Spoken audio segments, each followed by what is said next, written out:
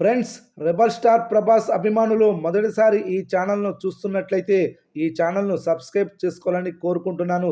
ఎందుకంటే ప్రభాస్ సినిమాల గురించి ఏ చిన్న అప్డేట్ వచ్చినా ఈ ఛానల్లో అప్డేట్ చేస్తాను. మీకు డైరెక్ట్గా నోటిఫికేషన్ రూపంలో రావడం జరుగుతుంది. ఈ ఛానల్ గ్రోత్ కూడా పెరుగుతుంది. ఈ ఛానల్ను సపోర్ట్ చేయాలని కోరుకుంటున్నాను. అలాగే ఈ వీడియోను మొదటి నుండి ఎండ్ వరకు చూడండి, లేకపోతే అర్థం కాదు. ఈ వీడియో మీకు నచ్చినట్లయితే లైక్ చేయండి, షేర్ చేయండి, కామెంట్ చేయండి. ఈ వీడియోను హైప్ చేయండి. పాన్ ఇండియా స్టార్ ప్రభాస్ నటించిన most awaited horror comedy fantasy చిత్రం ది రాజా సాబ్ ఈరోజు జనవరి 9, 2026న ప్రపంచవ్యాప్తంగా థియేటర్లో గ్రాండ్గా విడుదలైంది. కల్కి వంటి భారీ హిట్ తర్వాత ప్రభాస్ నుంచి వస్తున్న సినిమా కావడంతో అంచనాలు ఆకాశాన్ని తాకాయి.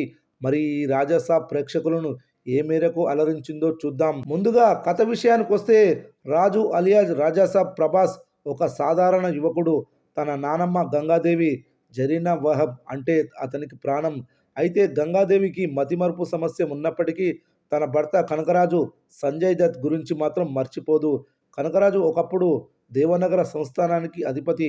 మార్మిక విద్యలు తెలిసిన కనకరాజు తన ఆస్తిపై ఉన్న దురాశతో రాజ్మహల్లో ఏదో మాయాజాలం చేస్తుంటాడు. తన తాతను వెతకడానికి రాజాసాబ్ ఆ రాజమహల్లోకి అడుగు పెడతాడు.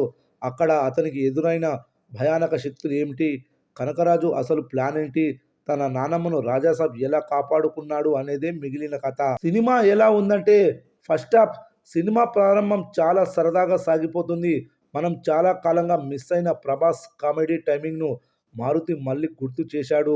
ప్రభాస్ ఎంట్రీ సీన్ సింపుల్గా ఉన్నా ఆయన స్వాగ్ అభిమానులకు కిక్కిస్తుంది. రాజమహల్లోకి ప్రవేశించిన తర్వాత వచ్చే హర్రర్ సీన్స్, కామెడీ సీన్స్ బ్యాలెన్స్గా ఉన్నాయి. ఇంటర్వెల్ బ్యాంగ్ వద్ద ఇచ్చే ట్విస్ట్ సెకండ్ హాఫ్ పై భారీ అంచనాలను పెంచుతుంది. ఇక సెకండ్ హాఫ్లో కథ అసలు రంగు బయటపడుతుంది.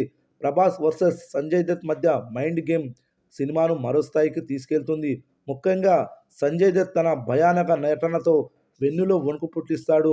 కొన్ని సన్నివేశాలు నెమ్మదించినట్టు అనిపించిన క్లైమాక్స్కి ముందుకు వచ్చే హాస్పిటల్ సీన్ మరియు ఇతర యాక్షన్ ఎపిసోడ్స్ ప్రేక్షకులను ఎంగేజ్ చేస్తాయి. ఈ సినిమా క్లైమాక్స్ అతిపెద్ద ప్లస్ పాయింట్. చివరి 30 నిమిషాలు మారుతి తన విజన్ క్లైమాక్స్లో అద్భుతంగా ఆవిష్కరించాడు.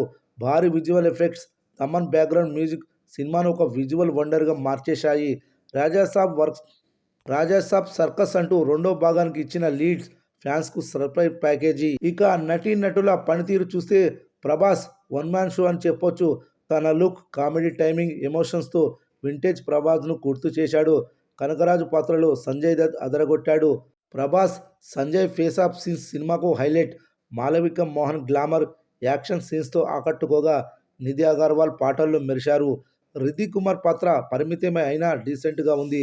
అలాగే సత్య, వీటీవీ గణేష్, సప్తగిరి అక్కడక్కడ నవ్వించారు.